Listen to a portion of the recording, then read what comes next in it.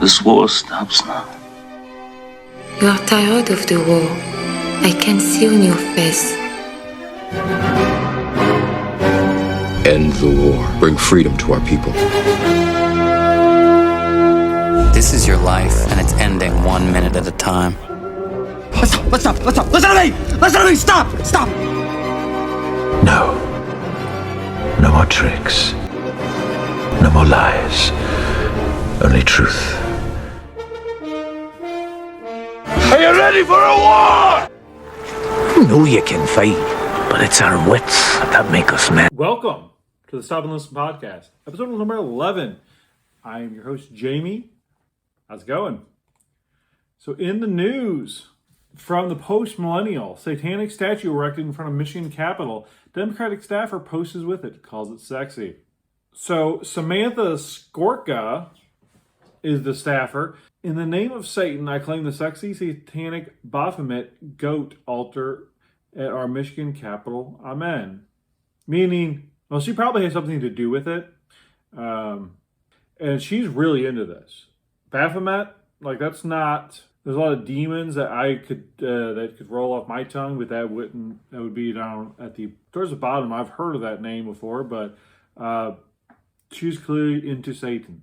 And though most people who claim to be Satanists, just whatever, but it's becoming clearer and clearer. It's a bigger segment of our population than you would think. And for those people who are kind of floating in the middle and they just don't have to prove, they don't really believe, but these people do. Why would do they hate religion that much to go through all this trouble? Certainly possible, or they actually do believe in God just as much as I do. They just hate him. They don't like the rules.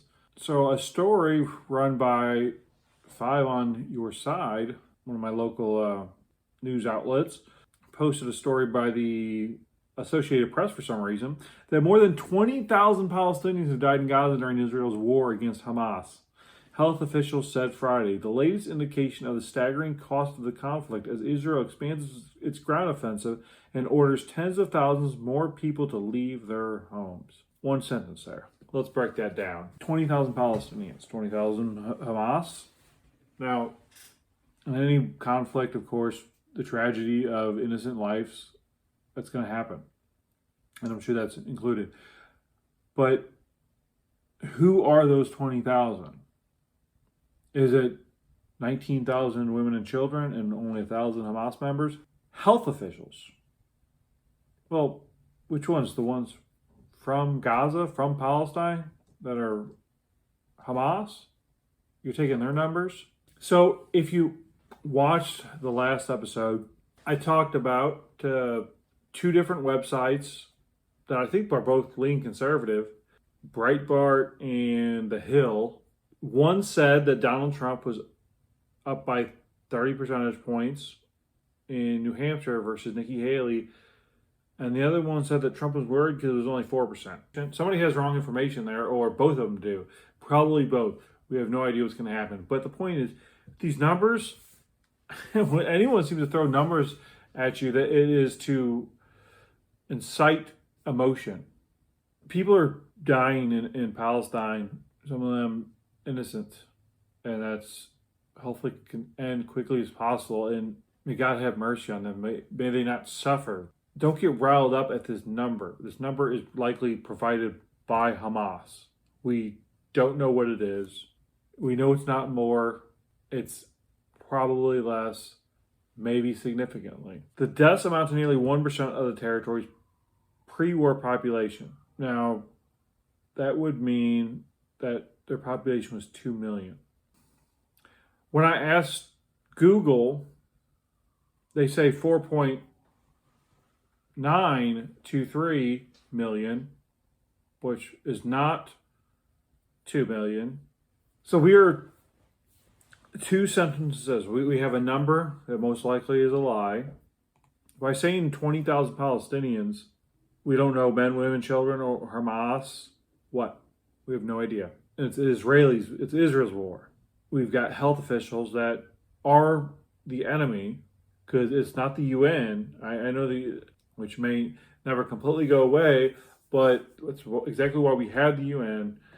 And if they're not going to do that, then they should be defunded from the United States, and then they will collapse under their own weight. So more than 20,000 Palestinians. Bullshit. And we don't know who those Palestinians are. So when Japan struck us and the start World War II, and then we then retaliated and went to war against them, was that the United States war against Japan? Health officials, which, since it's not the UN and the UN is not doing anything productive anyway, if they're not going to secure Jerusalem for people of all religions from around the world to visit the holy sites, then the UN shouldn't exist. So the health officials would be Hamas. So you're listening to the enemy reporting on how they're doing. The latest indication of the staggering cost of the conflict as Israel expands its ground offensive and orders tens of thousands, and the deaths amount to nearly 1% of the territory's pre-war population. So 5.923, that means that's bullshit. And what about the hundreds of thousands of starving people? So they have a population of 5 million. Close. But hundreds of thousands are starving. Well, why? Why? Well, give them some food. Because apparently there's at least 4 million people that aren't starving.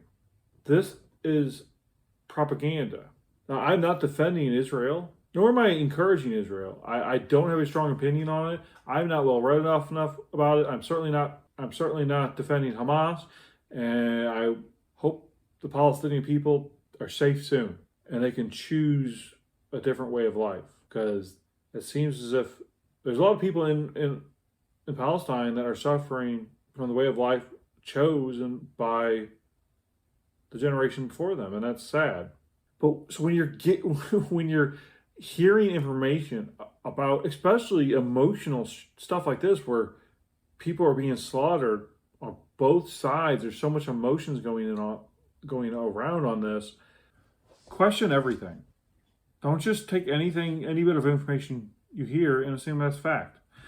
Here we have aid trucks provided by the UAE, United Arab Emirates, guarded by what are likely members of Hamas police.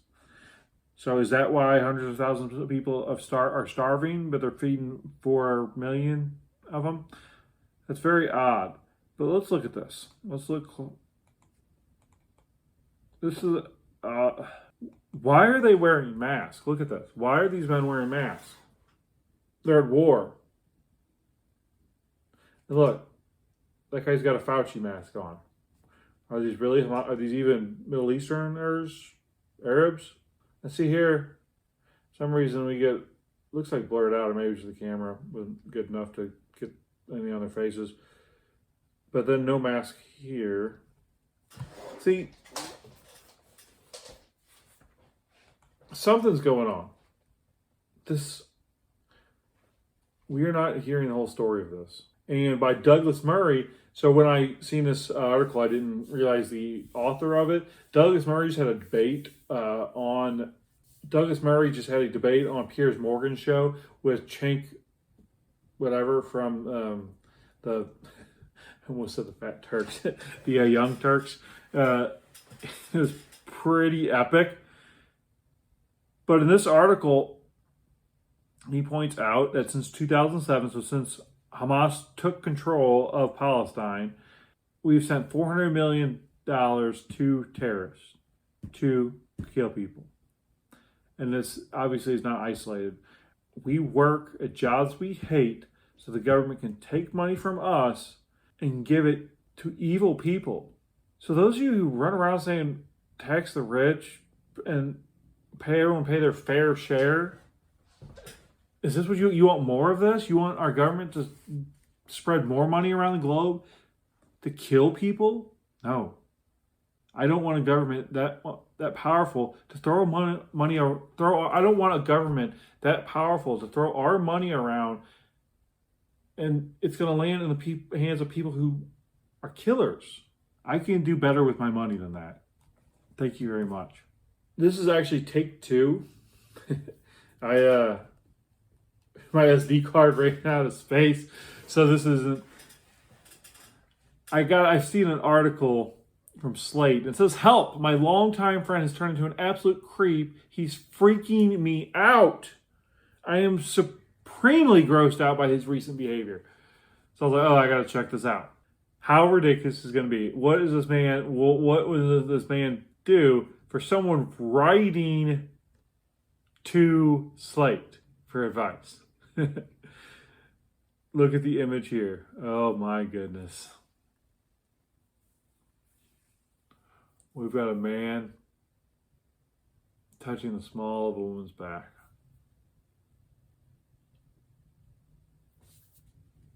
I'm not sure if we're going to get through this one. Let me read this to you. "Dear Prudence, I grew up with a few boys from a young age that have become a wider group of friends to include everyone's partners. We are all still close now in our early 30s. One of these friends I grew up with in this group has had infidelity issues with his wife over the last several years, but they have since made up and seem happy. However," so right there, see, that's these language cues that you have to be thinking about.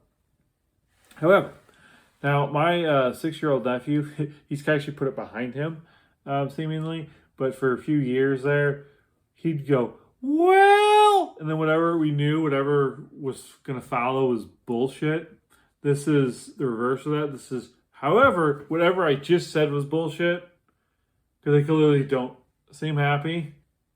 That's probably why you're writing the article in the first place. "Recently, this friend has put his hand very far down my lower back, close enough to my backside that it feels sexual." Well, that on its own, I would say, not ideal for a man to do, for sure. I'd probably avoid doing that. But it's someone you've known your whole life, that's not a big deal. Closer to the butt, yeah, you're getting there, and it's probably a good idea not to do it at all. But let's go on. "On another occasion, we were walking next to each other, and he pinched the side of my leg mid-thigh." Now, that's weird. That is right there where you say, dude, he's already touched the small of your back, and now he pinches your thigh. You're walking. That's just like a weird. That's like childish flirting at best. "Though the manner in which he did it was quick and casual." That's not casual. I've never casually pinched another woman that I wasn't with, pinched her thigh. That's not a casual thing to do. It embarrassed me. And he only does it when his wife isn't around. And the embarrassment thing, I've heard that, and as a man, I don't understand that. It doesn't make sense to me. But I've heard enough that I trust y'all. But at this point, he has done it a total of 3 times. And she hasn't said anything yet. I'm thick in those areas. So it feels like a bad touch. Now it's starting to fade away. The communist paper wants me to pay $5 a month to read it. And I'm sure if I pay that $5 a month, I could read all about how the government should be giving us more stuff for free. And the rich should pay their fair share. So I'm thick in those areas. So it feels like bad touch. Bad touch. Or the touch a partner would give. I know if I had a boyfriend with me, he would not put his hands on me in that way. She just contradicted what she just said. And I know if I had a boyfriend with me, so that implies that she doesn't have a boyfriend. So she's hanging out with a married man while she's single, which is not a good idea. And he is touching her repeatedly. And she has not said anything to this point. And because she said, I know if I had a boyfriend with me, So implies she doesn't have one, or it means she has many boyfriends, and she just didn't have any one of them nearby. I put my arm around him or lean on him sometimes. So a man who cheated on his wife for years is putting his hands all over you. You are also putting your hands on him. I worry he will bring this up if I confront him. So if she says, hey, stop touching me, and he's like, well, you touch me all the time. She could just stop touching him. And then when he touches her, she could say, stop touching me. We're not touching anymore. It's inappropriate. But apparently she's not willing to stop touching him.